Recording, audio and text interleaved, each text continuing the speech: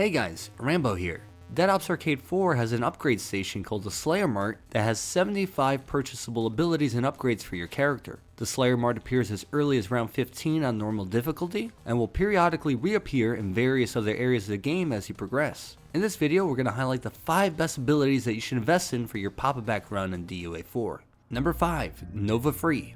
Nova Free is a pricey one, but definitely worth investing in if you have some leftover cash about halfway through your run. It's going to prevent you from being slowed down by a variety of enemies and hazards, such as these rats, parasites, spores, toxic zombies, banana bombs, you name it. Making sure you have this upgrade before the Hacienda Garden Arena and the Z-Rex Slayer Arena is highly recommended, as there's a lot of ways to be slowed down in those two areas. DUA 4 is a game where, by default, you're not always going to be moving so quickly, so making sure you don't become any slower than you already are is going to be very important. Number 4, Ether Shroud. Over here we have Ether Shroud, which is one of the 3 field upgrades in the game currently, and it's by far the best, as it cloaks you from enemies and gives you a few seconds to reposition yourself on the map. And pro tip, most augments and zombies can be enabled in the menus and do transfer over to DUA 4. So if you're in a co-op match, you could run the Group Shroud augment, which cloaks nearby teammates as well. Also make sure you have the Extension augment on, which makes it to where Shroud lasts for 12 seconds rather than just 8 seconds.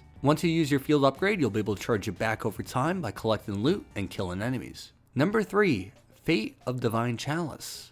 The Holy Grail, Divine Chalice. So on this game, you can purchase a permanent second fate, either Divine Chalice or Divine Shield. In my opinion, I prefer Chalice so far. It seems to carry over a lot of the same abilities from DUA 3, so essentially earn lives quicker, faster healing rate, you're able to revive teammates quicker, and also you yourself have a shorter revive timer when fully downed. And there's other abilities too associated with the fate as well that I'll show quickly on screen right now. These are DUA 3 abilities. We're still in the process of testing out to see exactly what, if anything, got changed with Chalice in this game, but it seems like a lot of stuff carried over. Just keep in mind when you purchase this fate, then the other Divine Fate, called Divine Shield, is not going to appear in future SlayerMart encounters. But being able to heal quicker in a game where a lot of things can damage you is definitely very helpful, I think, regardless of if you're in top-down or first-person perspective.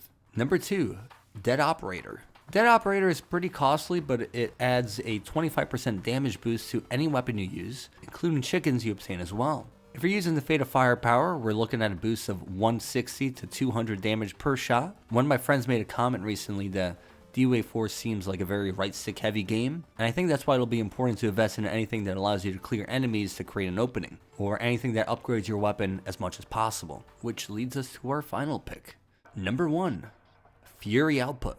There are a bunch of different upgrades that are available to the 4 classic fates once you obtain them. I'll make a separate video here soon highlighting the assumed fate abilities and upgrade paths for them. But for now, the best one that I want to highlight is Fury Output, which for those who remember is a callback to the Fury upgrade from DUA 2. So the best fate right now, in my humble opinion, is the Fate of Firepower. The Fury Output adds a 50% damage boost to your death machine. So if you combine that with Dead Operator, which I just mentioned before, then instead of 160 damage per shot, you'll be looking at 300 damage per shot, allowing you to clear zombies and inflict high damage on boss enemies as well. Whether you're playing solo or co-op, casual or normal, the firepower with this Fury Output upgrade is going to be what you want.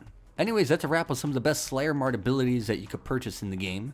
Keep in mind that the prices and abilities of some of these might change in the future. Maybe now that we highlighted them, the prices get a bit of a jump before the holidays. But let me know what combination of abilities you guys been running in your matches. Maybe something I missed. But if you enjoyed the video, please drop a like. Thanks for watching.